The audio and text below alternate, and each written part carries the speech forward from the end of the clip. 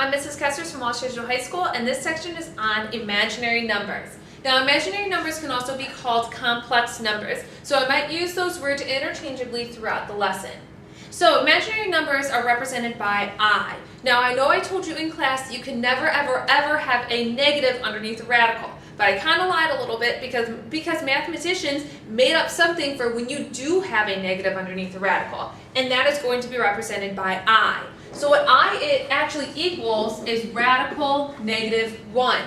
So if you have I squared, then that's really radical negative 1 quantity squared. And remember, the square and the radical cancel each other out. So I squared actually equals negative 1.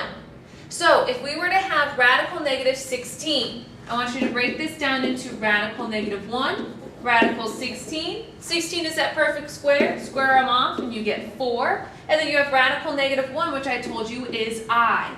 So you really write this as 4I. You always put that I second. All right, just a little bit more about either the imaginary or complex numbers. You always want to write it in standard form, meaning you have your constant first, which is A, plus BI, which is your imaginary unit. So an example would be 3 plus 7I. Okay? You want to write it like that. You don't want to put 7I plus 3. It's just the way the mathematicians really want you to write that. All right, then we have pure imaginary, which is just BI, which is no constant. So if you think of that example that we had before, it was just radical negative 16, which equals 4I. So that would be pure imaginary because there is no constant. All right, let's go ahead and look at adding and subtracting complex numbers. Now, all you have to worry about is thinking that I is a variable. So just add them just like how you would with an X. So you've got this negative sign that needs to be distributed. So you really have 6 plus 3I minus 4 plus 7I, because we had to change those signs. 6 minus 4 is going to give me 2. 3I plus 7I gives me 10I. And this is written in my standard form because it's like A plus BI. I have my I second. That's all you have to do. That's your answer, 2 plus 10I. Let's look at some more simplifying when you're working with complex numbers, okay? So you have radical negative 18. What I want you to do is break this up into radical negative 1 first and radical 18. Now let's look at radical 18. The perfect square that's in 18 is 9. So you have radical 9, radical 2. Square off 9, you get 3. So your radical negative 1 is you can square that off and becomes I. So my final answer is 3I radical 2. You place that I in between your constant and your radical. You never want to put it at the end because if your line gets a little bit far on the end, you don't want your I to look like it's underneath your radical. Okay? So 3I radical 2. Now let's go ahead and look at radical negative 4 times radical negative 9. Now, I do not want you to multiply just negative 4 times negative 9. Gives us a positive 36, but we actually lose something when you do that. So I want you to break these down individually. So right here, you get radical negative 1, radical 4. Your radical negative 1 squares off to become I.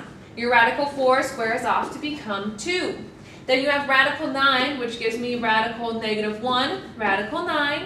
Square off 9, you get 3. Square off your radical negative 1, and you get I. Now, 2 times 3 gives me 6. I times I gives me I squared. And if you remember, then I squared is really negative 1. So you get negative 6 as your answer. So when you have radical negative 4 times radical negative 9, you actually get negative 6 as your answer. All right, let's go ahead and look at some more. So multiplying the binomials, okay? Again, just FOIL, just like normal. 4 times 5 gives me 20. 4 times negative 2i gives me negative 8i. 3i times 5i gives me a positive 15i. 3i times negative 2i gives me negative 6i squared. But remember, I squared is really negative 1. So cross that out, becomes negative 1. Negative 6 times negative 1 becomes a positive 6. So 20 plus 6 gives me 26. Negative 8i plus 15i gives me a positive 7i. So my answer is 26 plus 7i. And it is written in correct standard form. All right, again, we're going to be dividing when we have these i's. Now remember, when you're dividing with fraction or with radicals, you do not want to ever have a radical in the denominator. Your I is a radical, so you want to get it out of the denominator. Okay, so we have 4 minus 5i all over 2i.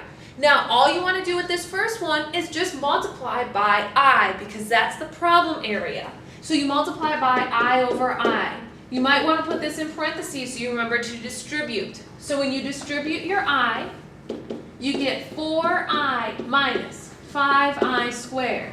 Then all over you're going to get 2i squared. Now your I squareds become -1. So really, you have 4i plus 5 all over -2. Okay? Now, on the top, you want to flip those guys, okay, because it's not written in correct standard form. So you really have 5 plus 4i all over -2. Now, you really want to split these, okay, because if you think about it, you have the constant plus the imaginary. You do not have it with a fraction. So this really becomes -5 over 2. Then you have this plus 4i over -2. Reduce correctly, and you get -5 over 2 minus 2i. And that is my complete correct answer because it is written in standard form. All right, let's go ahead and try this last one right here.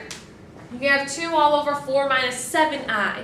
Now, I want you to think back of what we did when you have a binomial on the bottom and you're trying to get rid of that I.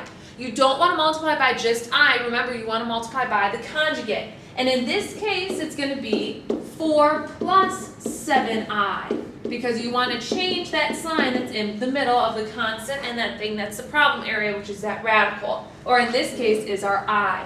So let's go ahead and multiply. So let's multiply the top. All right, so we're going to get 2 times 4, which is going to give me 8. Then 2 times 7i is going to give me plus 14i. Now let's go ahead and look at the bottom. All right, so we've got 4 times 4, which gives me 16. 4 times 7 gives me positive 28i. 4 times negative gives me negative 28i. Then negative 7i times positive 7i gives me a negative 49i squared. Now, my 28i and negative 28i, those cancel out, okay? Then my I squared is really -1, okay? So really I have 16, negative 49 times -1 gives me positive 49. So 16 plus 49 is going to give me 65. So really I have 65 in the denominator. Okay? Now remember, you want to split this up into your correct standard form. So split the bottom. So you're going to have 8 over 65 plus 14i over 65. Nothing can reduce here, so this is my final answer. 8 over 65 plus 14i over 65. All right, the last thing that I want to talk to you about is exponents with I. Okay, you never want to leave something as an as an I raised to a higher exponent other than 1. So we already know this. I to the first equals I. I squared equals -1. Now I want you to think about this. I cubed. Another way that you can write that is I to the first times I squared. I to the first is I squared is -1.